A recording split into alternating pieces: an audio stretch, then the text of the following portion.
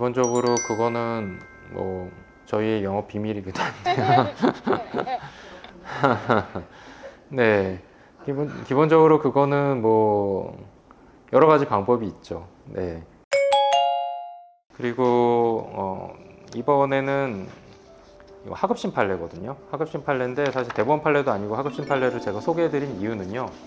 아까도 말씀드렸다시피 유류분에 있어서 특별 수익을 배제할 수 있는 이런 신법 조항이 생겼고, 그럼 과연 이 신법 조항이 실제 재판에서 어떻게 이제 반영이 될 거냐, 판결에. 이 부분에 대해서 사실 궁금증이 많았습니다. 저도 이게 이걸 어떻게 반영할 것인가. 뭐 기존의 상속재산 분할 심판 청구 사건의 기여분과 동일하게 반영을 할 건지, 아니면 증여받은 재산이 여러 개일 거기 때문에 그 중에 뭐 한두 개를 빼는 식으로 이건 특별수익에서 배제하겠다 이런 식으로 반영을 할 건지, 과연 실제 재판에서 이게 어떻게 반영이 될 건지에 대해서 사실 궁금증이 되게 많았고요. 선례가 없기 때문에요. 저도 이제 이거 어떻게 되지? 막 실제로 이제 뭐 나름대로 상상도 하고 예상도 합니다만 실제 어떻게 반영될지 좀 궁금했는데요. 그것과 관련돼서 이제 제가 사실 우연한 기회에 판결을 하나 입수를 했습니다. 그래서 이거를 간단히 말씀드리려고 하고요. 결론만 먼저 말씀드리면 이 사건에 있어서는 이제 이거는 특별수익 배제와 관련된 어떤 조항을 적용할 수 있는 케이스다라고 이제 봤고요. 이 재판에서 어떤 식으로 했냐면 망인으로부터 받은 모든 그런 특별수익에 대해서 10%를 배제했습니다. 10% 상당을 기여분 쪽으로 봐서 배제해서 증여받은 전체 재산의 90%만 특별수익으로 인정을 한 케이스입니다. 그래도 이게 사실 판결이라는 거는 구체적인 사실관계를 좀 들여다볼 필요가 있기 때문에요. 제가 이게 어떤 사건이고 어떤 식으로 진행이 됐는지 간단히 설명을 드리겠습니다. 이제 망인께서 이제 고인이 되시기 전에 이제 자녀 2명을 두셨습니다. 그런데 첫 번째 자녀가 이제 혼인을 하고 딸입니다. 이 따님이 혼인을 하고 2 자녀를 뒀는데요. 불의의 교통사고로 딸과 이제 손주들이 다 사망을 했습니다. 그래서 사위만 이제 살아남게 됐고요. 일종의 이 사위분이 대습상속인이고 원고입니다. 그리고 피고는 아까 2 자녀를 뒀다고 했는데요. 그 중에 한 자녀입니다. 그래서 이제 그 사위분은 사실 이제 본인의 배우자와 이제 자녀분들이 다 사망을 했기 때문에 재혼을 하진 않았습니다만은 사실상 망인, 이제 장인어른이죠. 원래 장인어른과의 관계는 거의 사실상 단절되다시피 했고요. 그런 상태로 오랜 기간, 거의 한 30년을 넘게 이제 거의 단절된 상태로 지내다가 망인께서 사망을 하셨습니다. 그런데 망인이 사망한 거를 뒤늦게 이제 알게 됐고요. 알게 되자 이제 유류분 반환 청구 소송을 제기한 겁니다. 이 사건에서 아마 재판부에서 이 사건에서 이제 기여분을 유류분에 적용하지 않는 게 좀 이거는 좀 헌법적으로 문제가 있는 것 같다라고 해서 위헌법률 심판 제청을 했습니다. 네, 이 사건에 대해서 했고요. 재판부에서 그래서 헌법 불합치 결정을 받았고요. 그 다음 이제 국회에서 아까 말씀드린 대로 이제 법 개정이 이루어졌죠. 그렇게 해서 결국은 이제 이 신법을 적용해서 어떻게 재판을 할 건지가 문제된 사건이었습니다. 이 부분에 대해서 뭐 다른 여러 가지 쟁점이 있습니다만요. 다른 쟁점은 사실 제가 설명드릴 필요는 없을 것 같고요. 과연 특별수익을 어떻게 얼마나 배제했는지 이 부분 관련돼서 말씀드리겠습니다. 판결에서는 다른 자녀인 피고가 망인 부부와 동거하면서 망인 부부가 사망할 때까지 30년 정도를 봉양했다.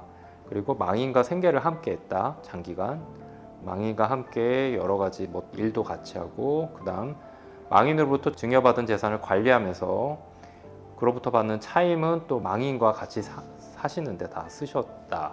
그리고 또 망인의 처는 여러 가지 또 알츠하이머 같은 병이 있었는데 그 부분 관련돼서 간병도 잘 하셨다. 이렇게 판시를 하면서 이제 특별수익에서 결국은 10%를 제외하겠다. 이렇게 판시를 했습니다. 약간 일반인 분들 입장에서는 의아해 하실 수 있어요.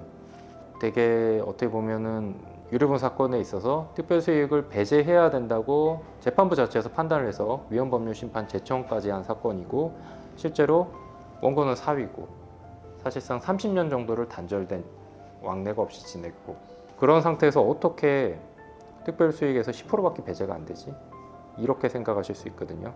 그거는 충분히 가능한 그런 생각이시고요. 많은 변호사분들도 좀 이 부분에 대해서 잘못 생각하시는 부분이 있습니다. 사실 법원의 기본 입장은 기존의 어떤 법정 상속분을 존중하고요. 법원에서 기여분이나 이런 부분에 대해서 임의로 판단을 하기 시작하면 사실 법정 상속분은 형해화돼 버립니다. 그리고 그렇게 되면은 사실상 모든 사건들이 법원의 재판으로 오게 될 거고요. 어떤 판사가 어떤 식으로 재판하는지에 따라 결론이 많이 바뀌게 되기 때문에 그런 법적 안정성도 굉장히 해칩니다. 그래서 기본적으로 판사님들은 어떤 이런 재량, 본인에게 주어진 재량을 행사하는 데 있어서 굉장히 조심스럽고 쉽게 인정하지 않습니다. 그렇기 때문에 이 사건 같은 경우도 이런 어떤 기여 부분이 명확하게 어떻게 보면 좀 인정이 됨에도 불구하고 10% 정도밖에 특별수익에서 배제를 받지 못하셨고요. 물론 이거는 1심 재판이기 때문에 항소심에서 그 비율이 올라가거나 바뀔 수는 있습니다. 하지만 여튼 1심의 합의부에서 판사님 세 분이 이런 결정을 하셨다라는 거는 좀 생각을 해둘 필요가 있다고 생각합니다. 그리고 이것과 관련돼서 또 하나 쟁점이 있었습니다. 이거는 그냥 참고로 말씀드린데요. 이제 상속권 상실 관련된 주장도 있었습니다. 근데 상속권 상실과 관련돼서는요, 이제 신법에서 이제 규정이 생겼는데요. 공동상속인은 상속권 상실 사유가 있는 경우는 상속인이 되었음을 안 날로부터 6개월 이내에 가정법원에 그 상속권 상실을 청구할 수 있고요. 근데 이거는 저희가 아셔야 될 게 어떤 유류분 재판이나 상속재산 분할 심판 재판 어떤 청구에서 그 재판 자체에서 상속권 상실을 주장할 수 있는 게 아니고요. 이거는 별개의 사건입니다. 그렇기 때문에 별도의 상속권 상실을 주장하기 위해서는 별개의 사건으로서 신청을 해야 됩니다. 네, 그래서 이 판결에서도 결국 상속권 상실을 선고했다는 사실이 없다. 그런 증거가 전혀 없다. 그렇기 때문에 이 부분은 이유 없다라고 배척을 했습니다. 네, 오늘 뭐 최신 판례 몇 가지 좀 소개해 드렸는데요. 혹시 뭐 또 궁금하신 부분 있으신가요? 네, 있습니다. 아, 그러시군요. 네. 이번 판결 보면 피고가 30년 넘게 부모님이랑 동거 봉양을 해왔고, 그리고 알츠하이머와 네. 위암 투병까지 간병한 사실이 꽤 깊게 인정이 됐어요. 네. 그런데 법원은 증여 재산 전부를 면제해 준 게 아니고 증여 가액의 10%만 기여분으로 인정해서 네. 특별수익에서 제외를 했는데, 실제 소송에서 법원이 이 기여에 상응하는 비율을 산정하는 구체적인 가이드라인이나 경향이 있는지 많이 궁금해요. 사실 이 부분 관련돼서 저도 구체적인 가이드라인이 좀 있었으면 좋겠습니다. 네, 그러면 업무를 하는데 굉장히 도움이 많이 될 텐데요. 구체적인 가이드라인은 전혀 없고요. 그냥 이것과 관련된 하급심 판결례들이 많이 있는 거죠. 그거를 이제 보시면서 판사님들이 다른 판사님들은 어떻게 판결을 했는지 또 검토를 하면서 이제 본인 나름의 이제 적정한 어떻게 수준을 찾는다고 보시면 될 것 같습니다. 그런데 제가 이제 이런 부분과 관련돼서 상담이 오시면 항상 드리는 말씀이 있어요. 과거부터 기여분 제도가 계속 있어 왔습니다. 유류분에 있어서의 기여분 제도가 문제가 됐던 거고요. 근데 상속재산 분할은 망인이 남기신 재산을 어떻게 분할할지 관련된 부분입니다. 그리고 유류분이라는 건요, 이미 망인으로부터 상당한 증여를 받으신 분이 피고고요. 이제 원고는 그런 증여나 그런 거를 전혀 받지 못한 분입니다. 그런 분이 이제 이미 상당한 증여를 많이 받으신 분을 상대로 해서 유류분이라는 거, 어떻게 보면 유류분은 물론 논란이 되게 많습니다. 하지만 유류분 조항은 있고요. 이건 입법자가 만들어 놓은 상속인으로서 어떻게 보면 최소한의 몫입니다. 이 최소한의 몫을 달라고 할 때 그거를 이제 제한을 하는 거거든요. 그렇기 때문에 상속재산 분할에 있어서 기여분보다 훨씬 더 엄격하게 판단할 수밖에 없습니다. 유류분에 있어서 기여분요. 최소한의 몫을 달라는 건데 그것도 못 주게 하는 거는 사실 어떻게 보면 굉장히 더 중대한 제한이거든요. 그러면은 저희로서는 이제 상속재산 분할 심판 청구에 있어서의 기여분을 이거는 굉장히 역사가 오래됐습니다. 과연 법원에서 어떻게 인정해 왔냐? 이거를 따져보면 상속재산 분할 심판에 있어서의 기여분도 절대 쉽게 인정되지 않거든요. 배우자 같은 경우는 물론 이제 대법원의 법리도 있고요. 이혼과의 형평성 이런 것 때문에 조금 더 쉽게 인정이 됩니다. 하지만 그렇다고 하더라도 특별한 이유 없이 기여분이 뭐 50% 이상 인정되는 경우는 저는 물론 그런 케이스를 본 적은 있습니다. 하지만 그거는 극히 예외적인 경우고요. 제가 뭐 법원에서 재판할 때도 그렇게 저는 판단해 본 적도 없고요. 굉장히 조심스럽습니다. 그렇게 인정해 버리면 법정 상속분은 아예 의미가 없어져 버립니다. 그래서 그런 거에 있어서는 조금 보수적으로 보시는 게 저는 맞다고 생각합니다. 물론 케이스마다 다르고 판사님들마다 성향이 좀 다르실 수도 있고요. 네, 그런 거는 당연합니다만 사람이 하는 일이니까요. 하지만 그래도 여튼 좀 쉽게 생각하셔서는 안 됩니다. 네, 두 번째 질문인데요. 네, 수십 년 전 생존증여의 유류분 산입 관련된 질문이에요. 네, 이 사건에서 문제가 된 부동산 중 상당수는 1999년에 증여된 것으로 네, 상속 개시 시점으로부터 무려 20년 전의 재산이었잖아요. 네. 피고의 경우 강산이 2번 바뀌기 전에 받은 재산인데 왜 내가 이제 와서 유류분으로 뱉어내야 하느냐, 뭐 이렇게 억울해야 할 수도 있을 것 같아요. 네, 맞습니다. 네, 그러면 공동 상속인에 대한 생존 증여는 왜 이토록 시점 제한이 없이 유류분 계산에 포함이 되는지, 두 번째, 가액 평가는 왜 현재 변론 종결 시 시세를 기준으로 조율되는지 좀 쉽게 설명해 주시면 좋겠습니다. 네, 그 부분과 관련돼서는 이제 그 상속인들 같은 경우는 이제 증여를 언제 받았는지 기한의 정함이 없이 이제 전부 다 포함이 되는데요. 그거는 상속재산 분할 심판 청구 소송에 있어서도 동일하고요. 유류분에 있어서도 동일합니다. 이 부분에 대해서는 왜 그러냐라고 이제 말씀을 하시면 결국은 상속인이기 때문에 이제 어떤 망인이 되신 분으로부터 생전에도 많은 어떤 증여나 이런 거를 받으실 수 있고, 그 다음 이제 돌아가신 다음에 사후에 상속 재산을 또 분할 받으실 수도 있는데요. 이것과 관련돼서 생전에 받은 것도 고려해서 판단하는 게 형평에 맞다, 타당하다, 이런 논리로 하는 게 아닐까 저는 그렇게 생각을 하고요. 물론 이것과 관련돼서는 상속재산 분할하고 유류분은 좀 다릅니다.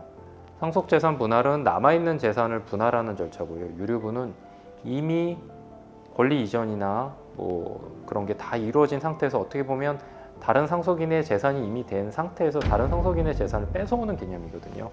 그렇기 때문에 조금 더 그 부분에 대해서 제한을 할 필요가 있지 않냐는 얘기가 있고요. 저도 개인적으로 이제 세금 신고와 동일하게 사망 시점으로 기준으로부터 10년 안에 이루어진 증여에 대해서만 문제 삼고 그 부분에 대해서만 반환을 구할 수 있다고 하는 게 맞지 않나 하는 게 제 개인적인 생각입니다. 이 부분과 관련돼서 실제 이 일본 같은 경우는 이제 민법 개정이 이루어지면서 10년으로 제한을 했습니다.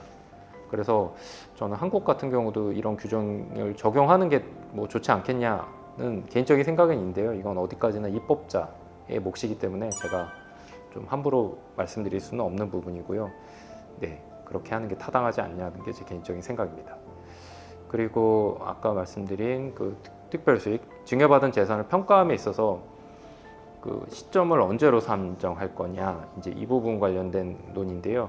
결국은 아까 말씀드린 바와 같습니다. 이게 어떤 형평의 관점에서 볼 때 과거에 받은 재산을 어느 시점의 가치로 평가할 거냐, 이것과 관련돼서 결국은 어떤 부동산을 갖게 되면 사실 그 부동산에서 발생하는 월세나 이런 게 있을 수도 있고요. 그러면 이 월세나 월차인까지 포함시킬 거냐, 이런 논의도 가능하고요. 이 부동산이 시세가 굉장히 상승한 경우 이 부동산의 시세를 지금 시점으로 할 거냐, 과거의 시점으로 할 거냐, 그리고 이 부동산을 처분한 경우는 또 어떻게 할 거냐, 그 다음 이 부동산이 재건축이 되거나 재개발이 되거나 이런 경우는 어떻게 될 거냐, 이 부동산이 수용된 경우는 또 어떻게 할 거냐, 뭐 여러 가지 문제들이 있습니다. 사실 복잡한 쟁점들이 많고요.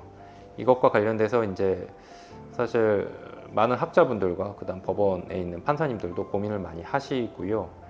그 가치를 모든 사람이 다 동의할 만하게 가치 평가하는 게 사실 쉽지는 않습니다. 하지만 일단은 형평의 관점에서 볼 때는 과거에 증여받은 부동산은 현재 시점에도 가지고 있다면 시가가 그만큼 상승했고, 그럼 현재 받은 것과 동일하게 봐야 되는 거 아니냐, 이게 이제 일반적인 견해입니다. 그래서 그렇게 평가하고 있다고 보시면 될 것 같습니다.